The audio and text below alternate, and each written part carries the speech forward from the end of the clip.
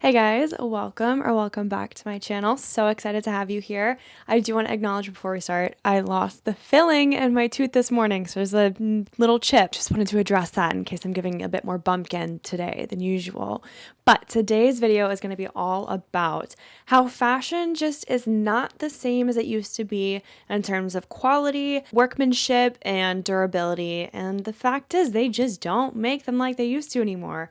I feel like a boomer when I say that, but I think we can all agree it's pretty true. So I'm going to take you on a journey through time because we didn't just end up here magically. Obviously, things happened to lead up to this point, and we're kind of at this breaking point of like scratching our heads like, I don't appreciate the quality that I'm paying for, and why is it like this all of a sudden? It feels like all of a sudden. We've obviously made some decisions along the way, and by we, I mean like the powers at play, political leaders, etc., etc. If you've been alive for more than 20 years, you've probably noticed the declining quality of clothing. I do want to emphasize I'm speaking from an American perspective, someone as a citizen of the United States of America, and that it's a special kind of case study, but I do feel like a lot of people can agree with the point that the quality of clothing that we now receive just isn't great. It just isn't. It's kind of shitty, actually. The fabrics themselves are thinner and less durable. The construction is poor, and it makes for garments that literally fall apart, or the style is completely altered after wearing it just a handful of times. And even after like washing and properly taking care of it, it still is just a shadow of what it used to be, a whisper, if you will. But why? Why?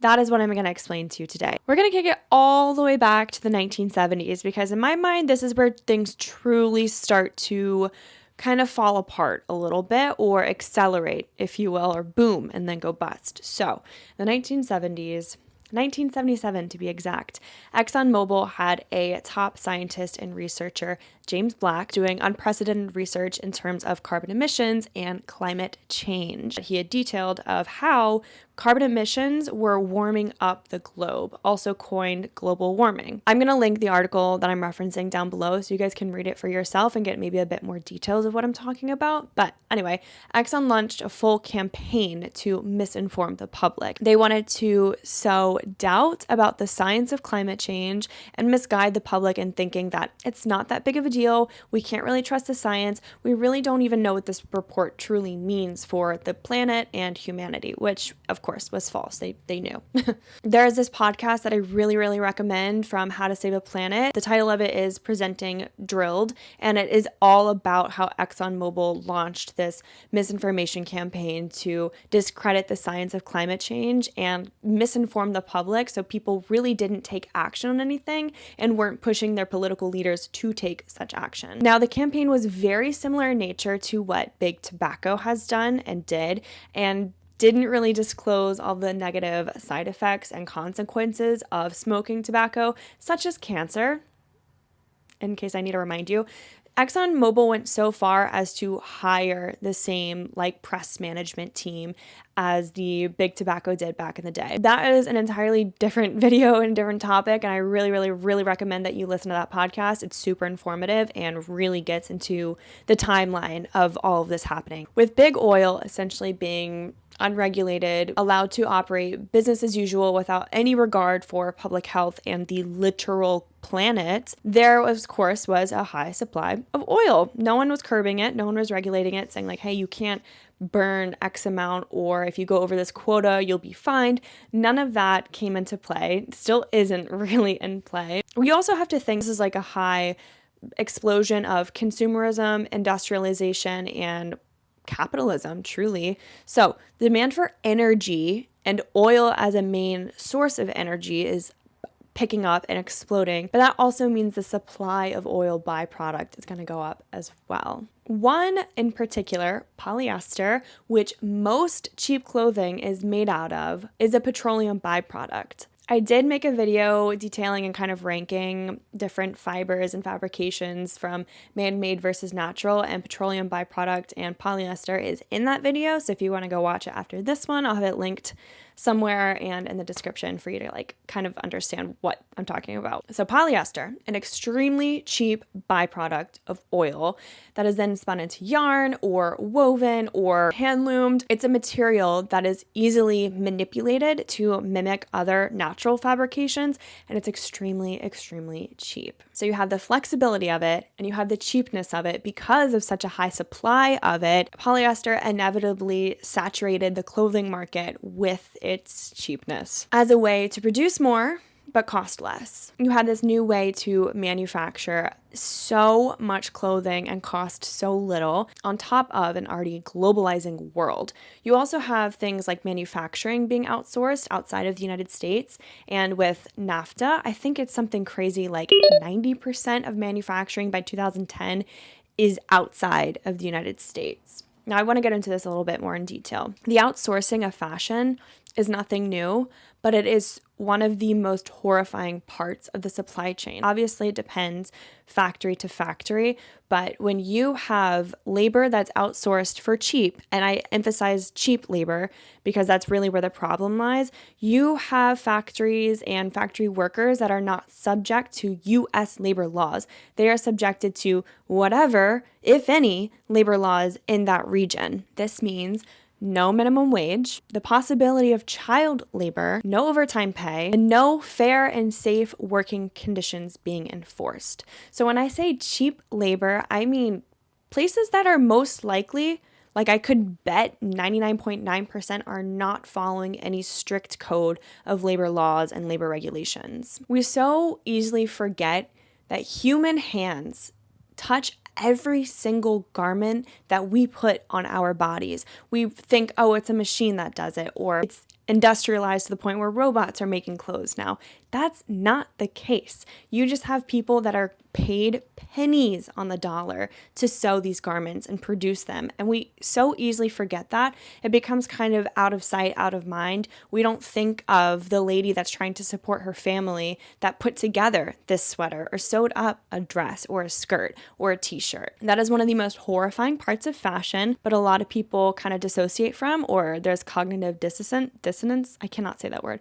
Cognitive dissonance, because they don't want to psychologically go to that place of watching someone sew garments for 16 hours on end and not have a lunch break, not have a bathroom break. They don't want to bring themselves to that realization, to realize that's what's making my t-shirt $5. That's what's making my body corset $7.99 on sale. Someone's labor is going into that, but we really often forget that fashion is kind of a violation of human rights in a lot of ways, but we're not willing to, oh God, okay, I'm getting sidetracked. If someone is being paid pennies on the dollar for every garment that they sew and complete, and there's really no overtime pay, and there's no restriction to how many hours they can work per week, of course, they're going to sit there and work as long as they possibly can, like physically can, in order to support their families. Of course, when this happens, though, your workmanship and your construction after time, if you're sitting on a sewing machine for 12, 14, 15 hours, obviously your quality of work is going to decline just naturally. There's nothing you can really help other than stop and rest and restart when you feel better. But if you need to support your family, you're the only woman working, you're the only person working in your family, or maybe you're a single mother or something along those lines, or this is the only line of work that's available to you, if any, of course, you're going to sit there and run ragged while you're sewing these garments. It's a survival mentality. And if you're that garment worker and you're not unionized, which of course you're not in US labor laws, which you're not unionized, there's just no beating that sort of system. Here's the thing. I don't want this to get twisted in saying that overseas workers don't have craftsmanship or workmanship or artistry. That's not at all what I'm saying. I'm talking about the Shein factories of the world, the Temu factories of the world. They're not all based in China. They're all over the world. Italy has sweatshops as well. We often forget that no continent or country is immune because of the name of such continent and or country. Don't get it twisted. I'm not saying that there's no artistry in the continent or the country. I'm just saying that a lot of factories that do produce ultra cheap clothing most likely resemble that of sweatshops. Something that I touched on that I want to get back to is the idea of quotas and tariffs. So, with the North American Free Trade Agreement, we kind of nixed a lot of tariffs between Canada and Mexico, and a lot of manufacturing continued to pour out from the US, like outsourcing. And then also in 2006, the quota on textiles was dropped completely, and it was in the name of developing nations. So, essentially, it just meant that we're now going to export and import as many textiles and as many clothing pieces as we want. There's no limit. And that was in 2006. And I think we can kind of correlate the rise of Y2K, fast fashion, ultra cheap clothing, and the 2008 recession and the extreme boom in fast fashion. I think really, in my mind, as soon as we hit 2010 is when we really, in 2015 is really when we start to see the pickup of micro trends. And with micro trends become extremely quickly manufactured clothing pieces, you have like 52 micro seasons every year, and people are trying to keep up with those. I do feel like now we might be at a point where it's been overdone and people are fatigued and exhausted and they're upset that the quality of clothing that they're purchasing is declining. But now I want to move on to my next point of why our clothing just sucks. It's just not made the way it used to be. And that is because of you and I. That is because of the consumer. The consumer is willing to turn a blind eye to basically slave labor in the name of cheap, fast fashion. They're willing to spend nothing because they don't think anyone is behind creating these clothing pieces. Or even if they do, it's not them. It doesn't affect them. So why should they care what the garment worker in the factory overseas life is like if they're able to purchase $1,000 Shein haul and not blink? I'm getting fired up about this because it is a very women's rights issue. It's a human rights issue. It is just a fair labor practice issue. And I think American consumers really don't give two shits. And there's all this, oh, we can't bring American manufacturing back. That's not true. It's that people don't want to pay for it anymore. And that is the issue. The way fast fashion has taken such a rise is because of consumer behaviors. Businesses wouldn't be producing all of this shit if we weren't asking for it, if we weren't paying for it, if we weren't looking and buying and purchasing and filling our carts and our closets with this stuff. It is our fault to a degree. I do think companies should be held responsible and put back on some sort of regulation and some sort of quota for how much they're producing, but they wouldn't have to do that if we weren't purchasing. There's a lot of discourse about consumer versus corporation and who really has the responsibility. I think at the end of the day, it's down to the consumer realizing that if they want good quality clothing, they are going to have to pay for it. There are no shortcuts. It is made by someone's hands and then shipped to you somewhere. It's kind of like you're not valuing garment workers. You are not valuing the work that people are putting in, and then you're upset that it's falling apart in 2 to 3 wears. Well, of course, it's not going to be long lasting if someone is making thousands of garments a day or hundreds of garments a day versus a few, like 10 really nicely constructed pieces. Quality over quantity, especially when it comes to fashion. It just really grinds my gears how people are like, oh my God, quality just isn't what it used to be. And then they're also the same person posting like a Shein haul. And I'm using Shein as like the biggest example because people just love to fill their carts. Also, guys, we are not video game characters. We are not Polly Pockets. We are not Club Penguin, okay? You can't just buy something with coin and it come out of nowhere and you just keep filling your closet.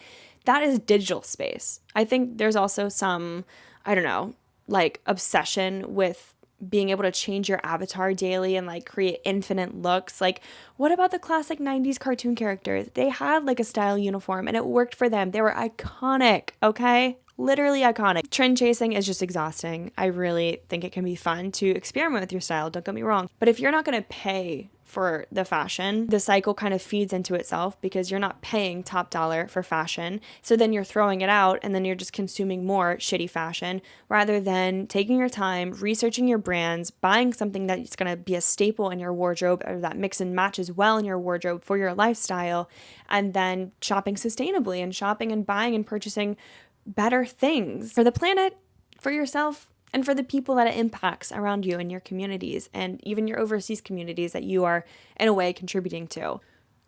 Okay, rant over. This was kind of an emotional one because I think my biggest point, the biggest thing I want you to take away from this is that oil is like, we're mostly like wearing oil. It's pretty gross, but then also people are so willing to pay nothing and don't realize how that means that they're not paying the people that are making their clothing and they're living off of pennies. I obviously think that's not the way to do it. I think you should be paying for your fashion and not complaining that it's falling apart after 3 wears because it's literally what you paid for.